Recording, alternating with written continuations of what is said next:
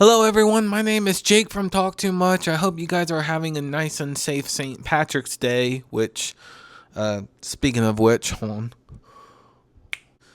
Okay, that's a lot better.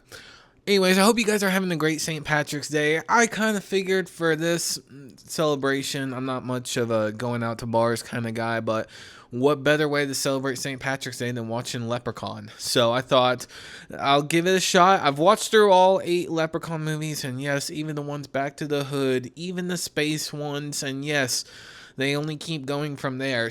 I just wanted to say I'm a big fan of the guy.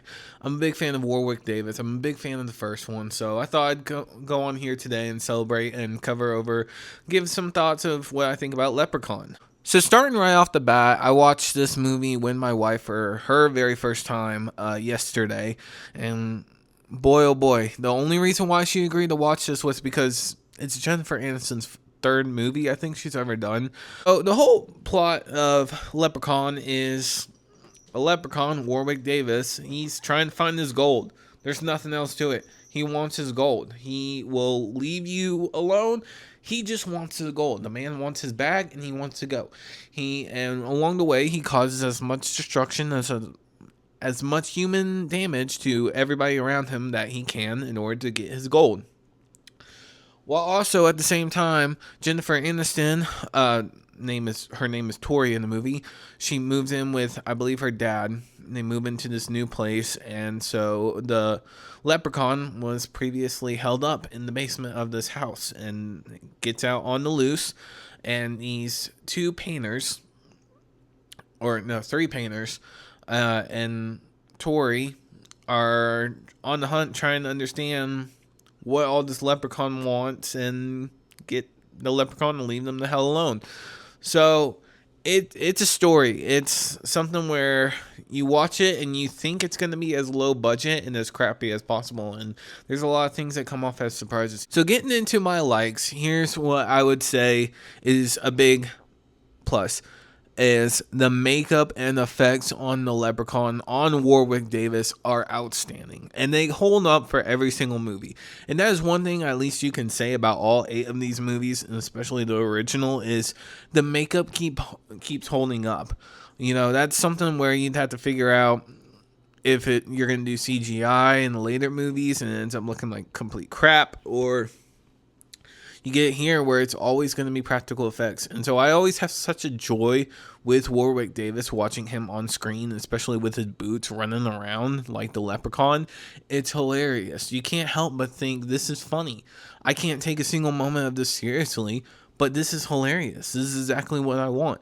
And when the man starts going on a killing spree and starts scratching people's legs and biting their legs, you're just like, wow, he can inflict some damage for someone who's only 2 feet tall. And so he brings a real kind of fun act with the character.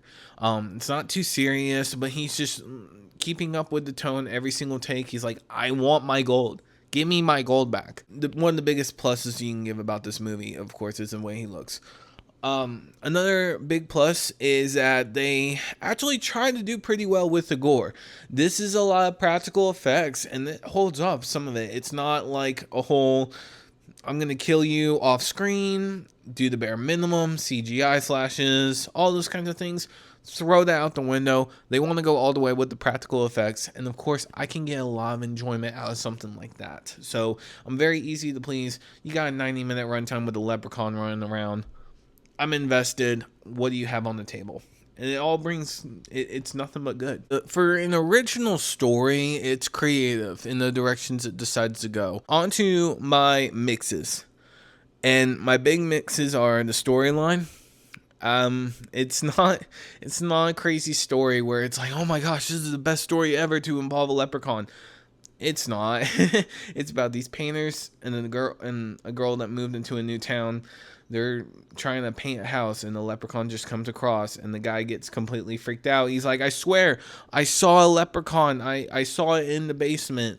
And then once things actually start happening to them, they're like, okay, we believe you. There actually is a leprechaun.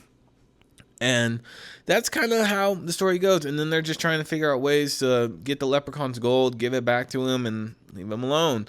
And That's all they want. So it's not a crazy story. It's nothing to be wowed about, but just something to have a good little bit of fun. Of course, if you're celebrating St. Patrick's Day, you probably have a couple of drinks in you.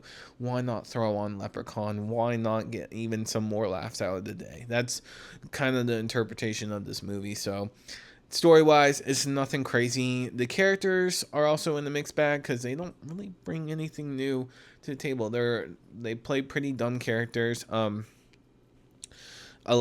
course, you have your typical making dumb decisions, but it just goes in some odd places, I will say, for a Leprechaun movie. Now on to my dislikes. And of course, like I said, this is not the craziest movie in the world. It's nothing to be impressed about. It's nothing that needs to be screamed at the top of the roofs that this is the greatest horror movie of all time. Do I think it created one of the greatest horror icons that we could have?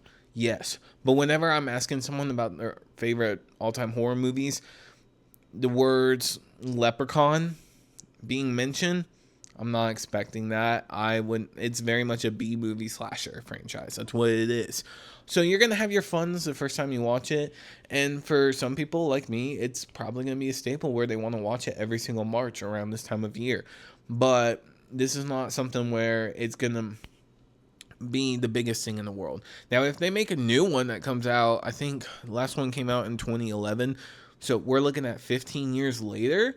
Maybe there could be quite a bit of hype around it, but I don't really see it going that way. The story is just nothing incredible. The characters are very meh. I feel like Jennifer Aniston mainly held up the story and the acting. A lot of the other actors just didn't get dealt with the best script, and that's a big dislike. Is the two of the painters, 2 out of 3 of them, felt like had very weak scripts. They were played to be as dumb as possible, even though they were like in their early 20s, obviously. One of them also was a 9-year-old for some reason, which didn't really make sense, but it's Leprechaun. What'd you really expect?